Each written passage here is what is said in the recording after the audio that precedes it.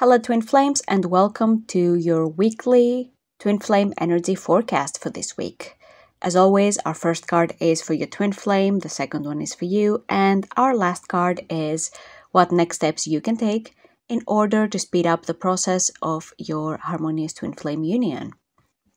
So let's check in with your Twin Flame. Let's see what they're going to be thinking and feeling this week, and what's going to come up in their lives and how it's going to impact your Twin Flame journey.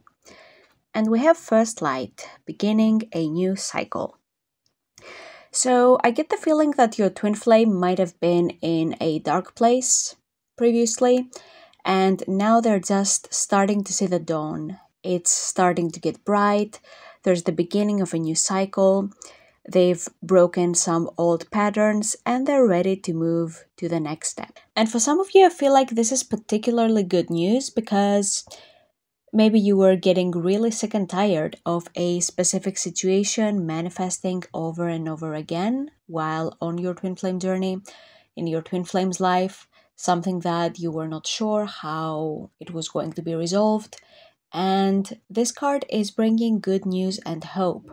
Your Twin Flame is going to break free from something this week, and they're going to feel inspired to continue their journey towards union in a more optimistic and positive way, instead of feeling hopeless about it or, wondering and doubting if it's even possible.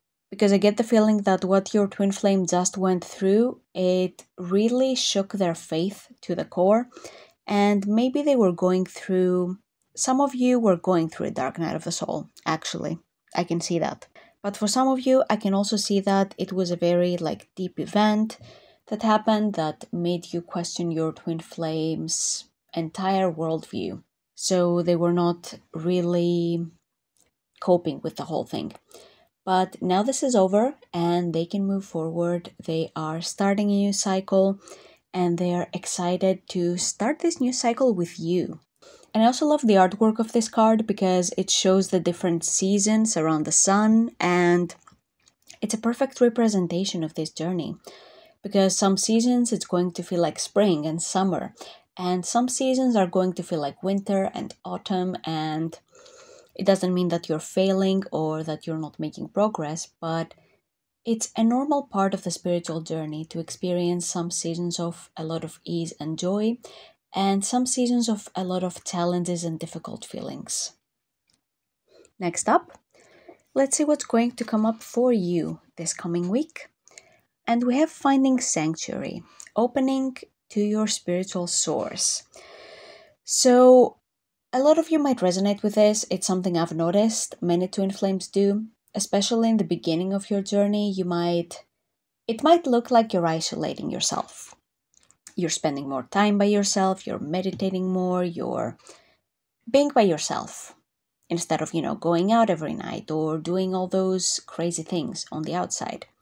Instead, you're choosing to stay home and you're being more quiet.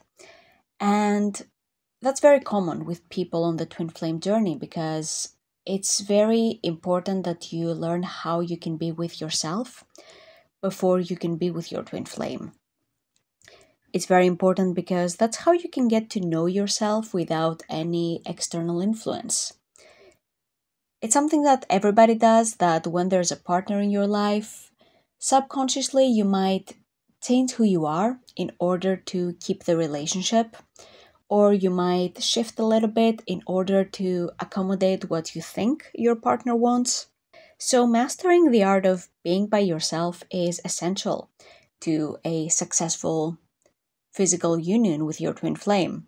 And taking the time to be by yourself, that's extremely important because that's how you can get clarity away from all the noise of the world, because you can have true friends around you, but they're going to give you advice based on their life experience and their beliefs and how they view the world.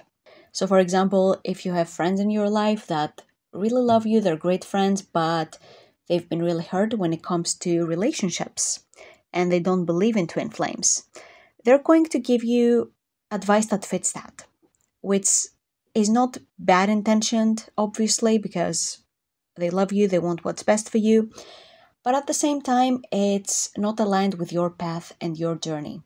So that's why it's important to connect with your soul first and foremost this week. And as the card says, opening to your spiritual source, connect with the divine. Create an action plan that fits with what you want to happen on your twin flame journey and act accordingly. So for example, if your goal and your desire is for physical union with your twin flame, then the action plan for that is to invest more time in your healing work and the inner journey it takes to manifest that. Whatever it is that your goal is, this week it's very important to spend some time by yourself and get clear on that, because it's going to really influence the trajectory of your entire twin flame journey moving forward. I feel like this is going to be a very powerful week for you, even though it might look quiet on the outside, because that's a week when you can really set intentions and follow through. And last but not least, let's see what your next steps are. We spoke about goals, and let's see what your next steps are in order to speed up the process of harmonious twin flame union. And we have transformation, a fresh new way of living emerges. I find that this fits perfectly with all the other cards too, like your twin flame is also transforming, they're changing, something new is coming, and they're leaving the old behind. You're also getting clear on what you desire and how you can achieve it, how you can go after it. And to do that, you need to transform. You can't expect the same results when you're making the same moves. If you don't like the way your twin flame journey is unfolding, then there must be something that you can do in order to change that. And usually this has to do with inner work. There's something to heal, because this is a journey where things first unfold on the inside. And the outside world is a reflection of what's going on in your inner world. So a very powerful shift that you can make is to stop viewing the 3D world as the beginning and ending of everything, but you can instead use it as an opportunity and a healing tool. And that's extremely powerful if you're on your journey to union, because that way you don't get sucked into the small stuff, and instead you can focus on what's really important, which is aligning yourself with the energy of your union. And I feel like something that's very important for you to know is that when you transform, you're not leaving yourself behind. You're not becoming someone else. You're actually becoming more of who you truly are, more of your authentic self. What you shed on the twin flame journey is illusions and false ideas of who you were supposed to be. Maybe things that others put on you. Maybe when you were a child, you assumed all those identities and you adopted them. But as you grow and you heal and you evolve, you realize that you're none of those things, or you're only some of those things. The rest don't resonate. So don't be afraid of letting go of what no longer serves you, and instead embrace the transformation of this journey, because the more you resist it, then the more you're delaying it. So this is all I had for you, my dear twin flames, for this week. Thank you so much for watching this video, and I hope to see you in the next one.